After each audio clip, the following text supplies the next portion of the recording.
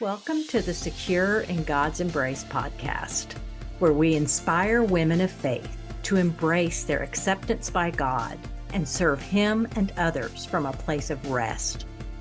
Our goal is to affirm you as a unique masterpiece, created perfectly by an all-loving Creator, and remind you that it is your purpose to utilize your God-given gifts and passions to fulfill the good works He has planned for you. Hi, I'm Cheryl Lutz, your host, author, Bible teacher, certified biblical counselor, pastor's wife, and recovering people pleaser. Join us as we delve into the root causes of people pleasing and perfectionism, which can lead to exhaustion in Christian women. Our podcast also features interviews with women who have discovered that resting in God's love is key to overcoming their issues and living confidently. We aim to provide encouragement, biblical tools, and resources to help you break free from the power of other people's opinions and discover security and significance in God. Thank you for tuning in. Hi, friend. Do you ever struggle with allowing others to come alongside you during life's tough challenges? Or maybe you're one who takes on everyone's burdens just completely, or burdens that aren't yours to carry, and just become overwhelmed. Well, today on the podcast, on episode 6, we are talking about biblical burden bearing that honors God by serving and loving others well, and also allowing others to serve and love you well. And we will talk about the prophet Moses, and he was a great example of this at one point. And so we're going to read those scriptures from Exodus chapter 17. And also, I am excited to introduce a very special guest, a dear friend of mine, Melony Brown. And I first met Melony at the Christian Communicators Conference in 2020. And she came alongside me at a time when I was just ready to forget being an author and a speaker. And we were at the conference. I was ready to pack my bags and go home. But she came alongside me the way Aaron and her came alongside Moses. And she prayed for me and held up my arms. And then by God's grace, I was able to finish the conference strong. And so I was very grateful for that. And I'm going to read her bio, a little more about Mel. So we introduce her. It says she fighting to overcome life's tough challenges and thriving isn't just the message Melony Brown shares in her writing and speaking, or on the Challenges Won't Stop Me podcast. It's the message she's lived all her life.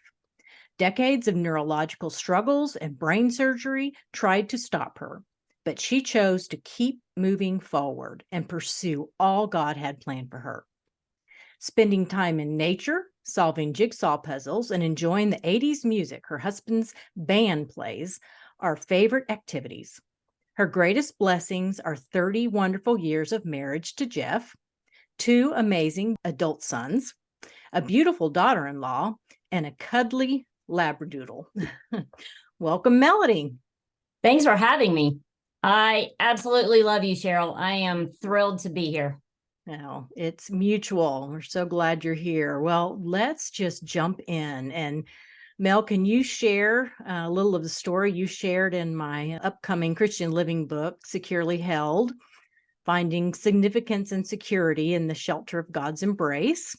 There's a section on rest. And if you could share a little of the story you shared there with our listeners.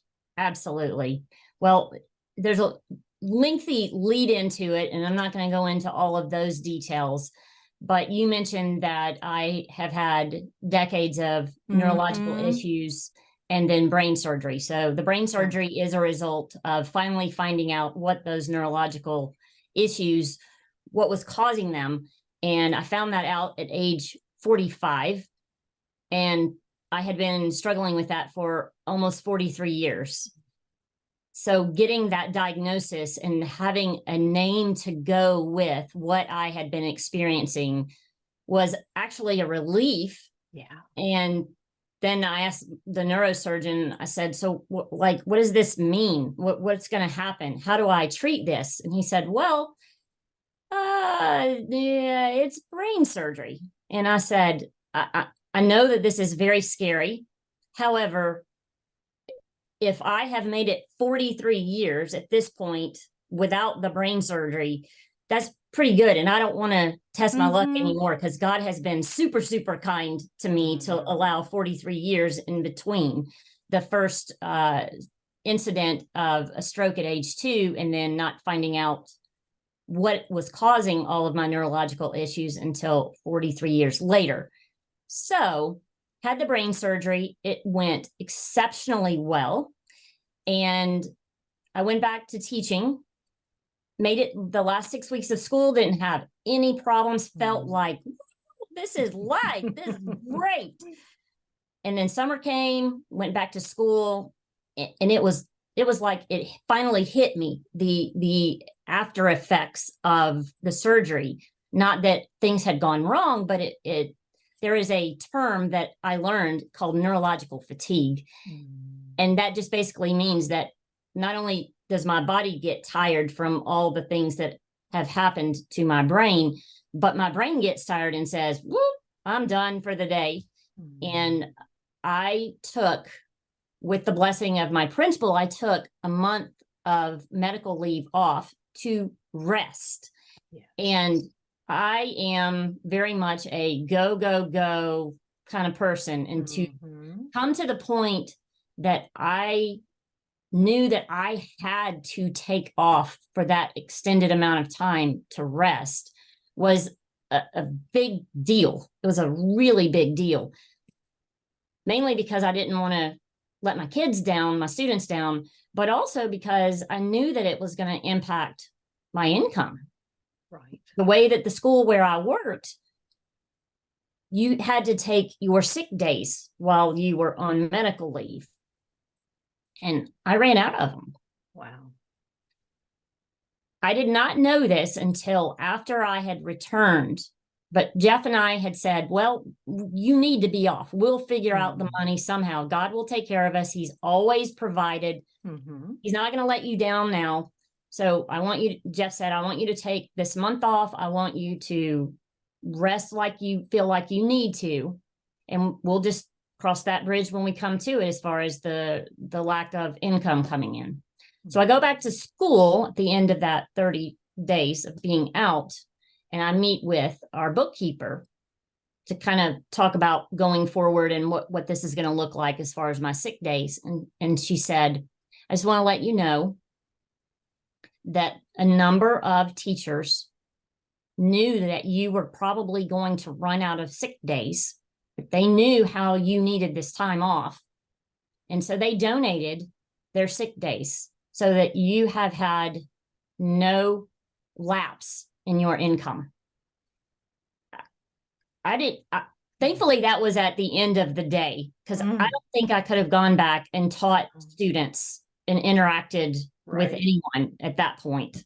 I was a mess. I was a mess. I would have been too. Not only did I take that risk of not having the income, but God said, I'm going to do better than that. I'm going to give you the rest that you need, and I'm going to take care of your income. So it's one of my favorite stories. Yes. It's beautiful. It's such a poignant example of what we're talking about today. Yes. And just biblical burden bearing, coming alongside one another in life's tough challenges, because we all have them. And some of us, you could have said, oh, no, I can't let you guys do that. No, that's not right. They wanted to do it. And you would have been denying them the blessing if you didn't allow them to come alongside you and help carry the burden, right? Absolutely. And when I spoke to each, I didn't know the bookkeeper did not give me a list of these 7 people or these 15 people. She just said some of your coworkers. And so I was just thanking everybody. I just was so excited. But many of them said, we were thrilled to do that for you. And we know you well enough that you would do that for us. And I said, That's absolutely, right. I would do That's that for right. you. That's right. And that is what God calls us to in community, is Yes. to bear one another's burdens, to comfort one another, to encourage one another. And that was a very challenging time in my life. And I saw God's hand in so many things, but most especially that. It was a beautiful thing.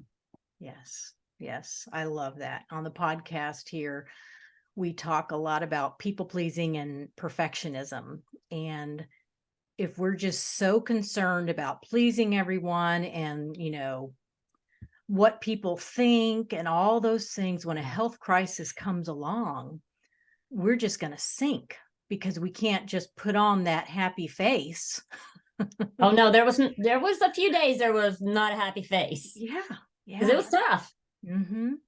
Or that perfectionism. I know, Mel, I'm guessing you could struggle in that area because you like excellence, which is a good thing. But if you would let that perfectionism, oh, they can't do it the way I do it with my students, blah, blah, just if you're gone, releasing again the perfectionism, Yes. And I will readily admit I struggle with perfectionism. And it's been hard, but it is very freeing to know that while it may not be done exactly like I've done it, or the order I did it, or whatever, it's more about the content and what's happening in his lives than it is about this has to be this certain way. And yes, that whole time period leading up to the surgery and then the recovery and then finally getting to the point where my neurological fatigue was such that I couldn't continue teaching because I didn't have it. And so now I do tutoring in the afternoons and evenings, and my life looks very different than it did 10 years ago. I thought that I would retire after 30 years of teaching, and I think I will, but it will look very different. And I just continue to see God's hand. Yes. And so I'm grateful for that time period. It definitely taught me a lot of things that I couldn't have experienced any other way. Exactly.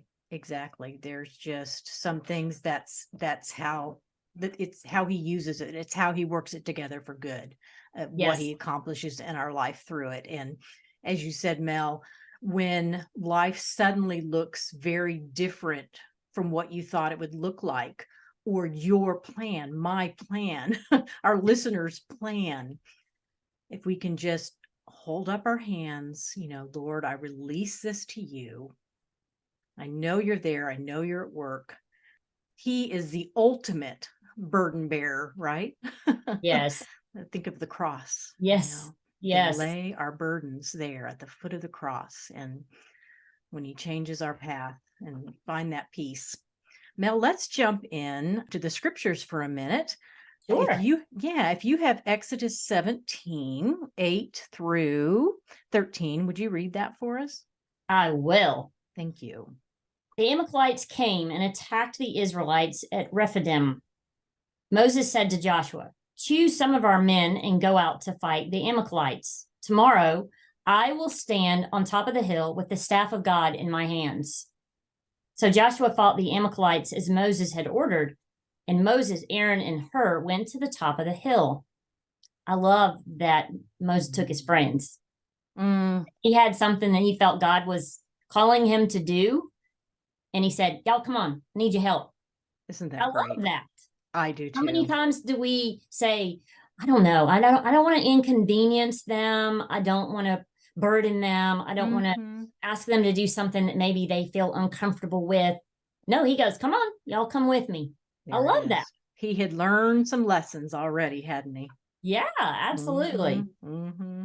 As long as Moses held up his hands, the Israelites were winning. But whenever he lowered his hands, the Amalekites were winning. I'll just tell you, if I had to hold my hands up for very long, I'd need some friends to like almost Oh, yeah. immediately. That's kind of a challenging thing for him to have to do. And Yes. you can see immediately when he's lowering his hands that things are changing as to who is winning and who is not. Boy, that's a lot of Mm-hmm. pressure. Right. Right. When Moses' hands grew tired, they took a stone and put it under him, and he sat on it.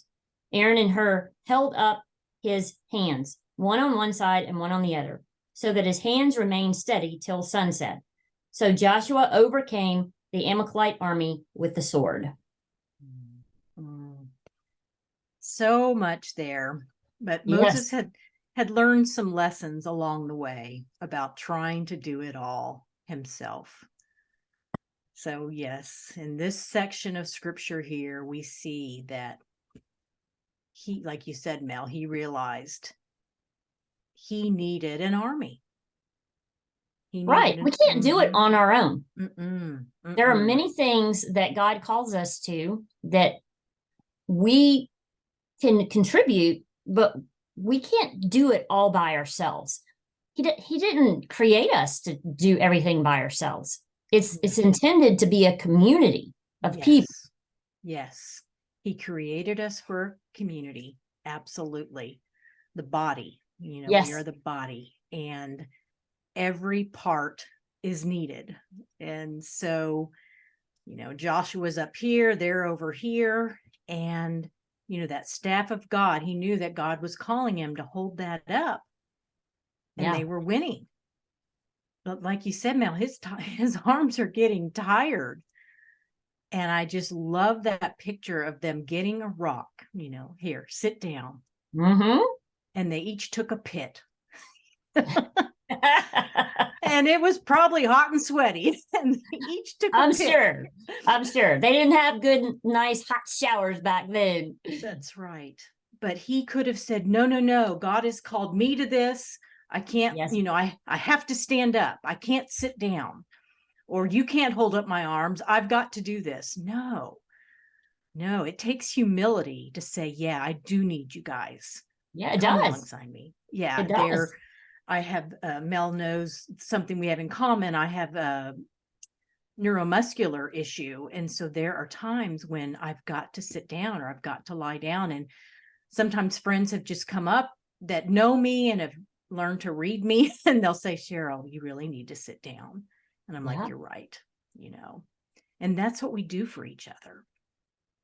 Well, pull up that rock, Yes. And even going back to what you had mentioned in the introduction, we had just gotten to know each other on the drive to the Christian Communicators Conference. We've known each other, 6 hours, maybe?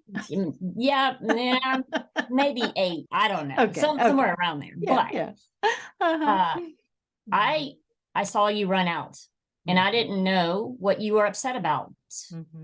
But I got out there to that patio area, and I saw you, and I just wrapped my arms around you. And even that felt very uncomfortable because everybody likes to be touched.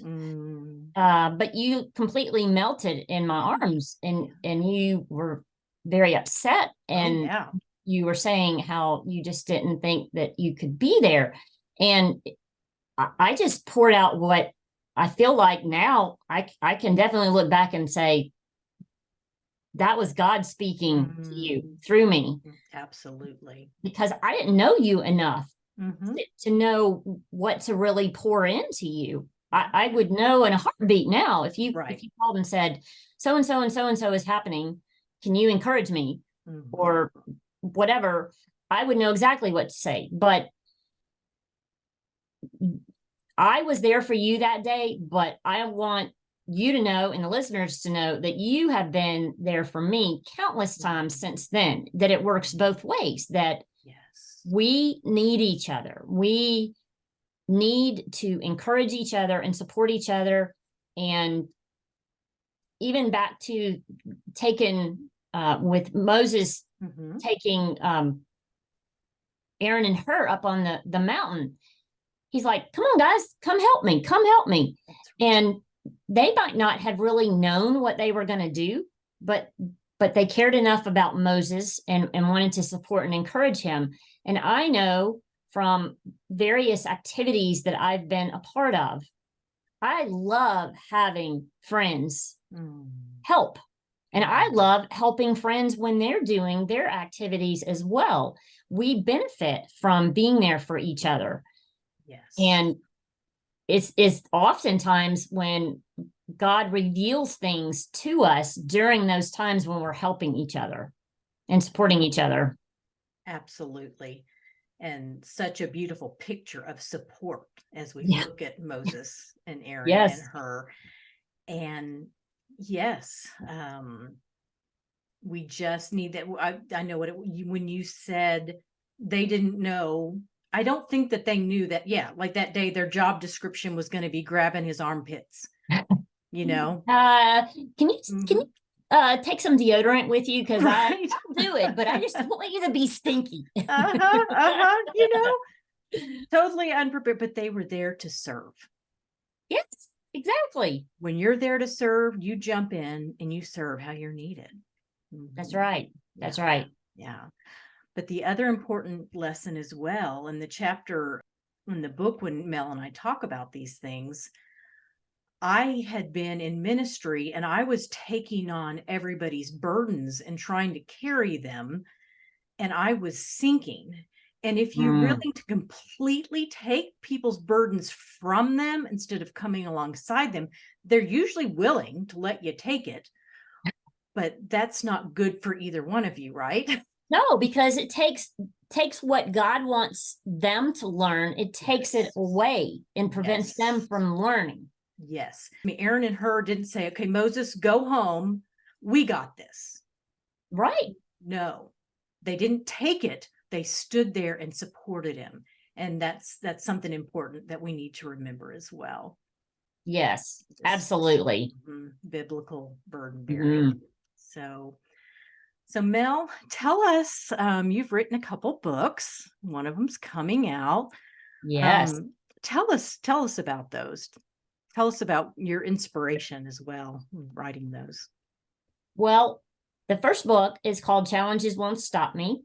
I published it last September of 2022, and it is the first of a 2-book survival guide that is interactive, and it's intended to help those who are going through challenges to fight to overcome, and then also to thrive. As I mentioned earlier, I'm a teacher. And so when I am learning something or sharing something with other people, it's got to be active. If it's passive, I'm not getting much out of it. And I'm certain that the other people who are reading it are probably, they're going through and they're reading and just going about their day.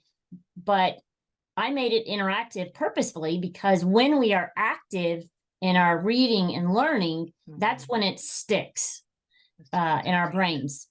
And so with this book, first book and second book, it is interactive in that I have visual images that are in black and white, and I ask the reader to color them. And I've had several readers say to me, I didn't know about that whole coloring thing.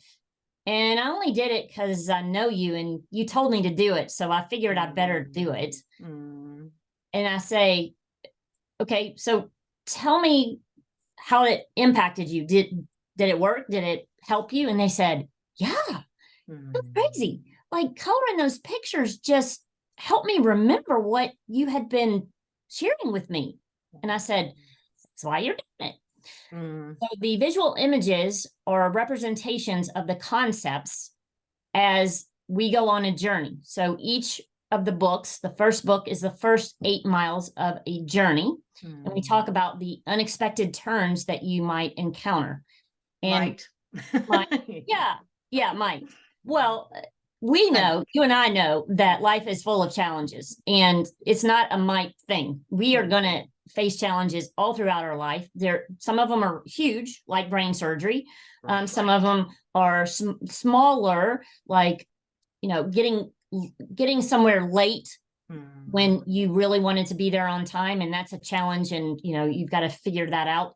Some medium type challenges might be technology issues, that you've got some sort of project going on and your technology like has its own brain and does crazy things. So we're going to face challenges all throughout our life. And what I do with the reader is take them on a journey. At each mile marker, they are introduced to a piece of essential gear that I believe they will need. It's the lessons you've learned. Yeah. That's excellent. And Mel, it's like what you're talking about. It's preparation for the journey. Yes. And by studying the map ahead of time, and Moses, he prepared for that battle. Yes. According to what God, and he worshiped before, during, and after. His focus was on God through it all, and through the map, the Word of God. And I was thinking, I have a terrible sense of direction, and it's funny in our family. So, but my husband will say to me, I put something in my GPS, I'm going to take off. He's like, wait a minute, you need to look ahead. What if your phone dies? What if the GPS doesn't have service? Don't just rely on that, right? Yes. Look at the map, take the map, study ahead of time. And that's what we do, so that we're prepared for those unexpected challenges. We may not be prepared for that specific thing. You weren't prepared for brain surgery, but you had tools in place because you'd studied the map, right? Yeah, absolutely. Yeah. And you're talking about looking to God, and that's one of the pieces of essential gear from The Challenges Won't Stop Me, is that we get so focused on everything that's happening in our world and our challenges, and we're just like, but the binoculars is an essential piece of gear that we need. And instead of us being so focused on the stuff in front of us, we lift our eyes with the binoculars and we praise, even if we don't see anything happening. It's not about this, I'm going to do so that I can get. It's that we're praising God during our challenges, during our easy times. Not because we praise him only when he does what we want, meaning heal me or fix this or whatever. We are praising him because he is God, and he has allowed us to be in relationship with him because of Jesus. That's why we lift our binoculars and praise, especially during those tough times. Now, does it fix our circumstances when we do that? Sometimes it does, but not always. Right. But I'll tell you what it does change is our perspective, because we're not focused on the things that are happening in our circumstances. We're focused on God. And when we focus on God and fix our eyes on him, no matter what's going on around us, we're going to feel his presence and his peace, and he's going to be working. We may not see it, but he's working. And so we need our binoculars in a big kind of way all the time, on the good days and especially on the tough days. Yes, absolutely. That's a beautiful, it gives that perspective. And when we're in the pit, a hospital bed, or whatever the financial, a prodigal child, that pain and that hurt is deep, but God's grace is deeper still. Yes. And we feel his presence in ways we wouldn't have felt if we weren't in that situation, Yeah. And so one of the things that I wanted to share about the keep moving forward. Yes. People have asked me, why do we even keep moving forward? Like life is just crazy. And especially right now, it's crazy. Like when you have all of these struggles and these challenges, how do you keep moving forward? And I'll tell you, it's really, really simple. We keep moving forward because challenges are part of what is equipping us and preparing us for what is ahead. That promise that is ahead. And that promise is our eternal home in heaven. Yes. Well, we could sit here and talk all day, but I hope we've whet their appetite. Go study more about Moses. Go look up Mel's books. But we were talking about your final destination.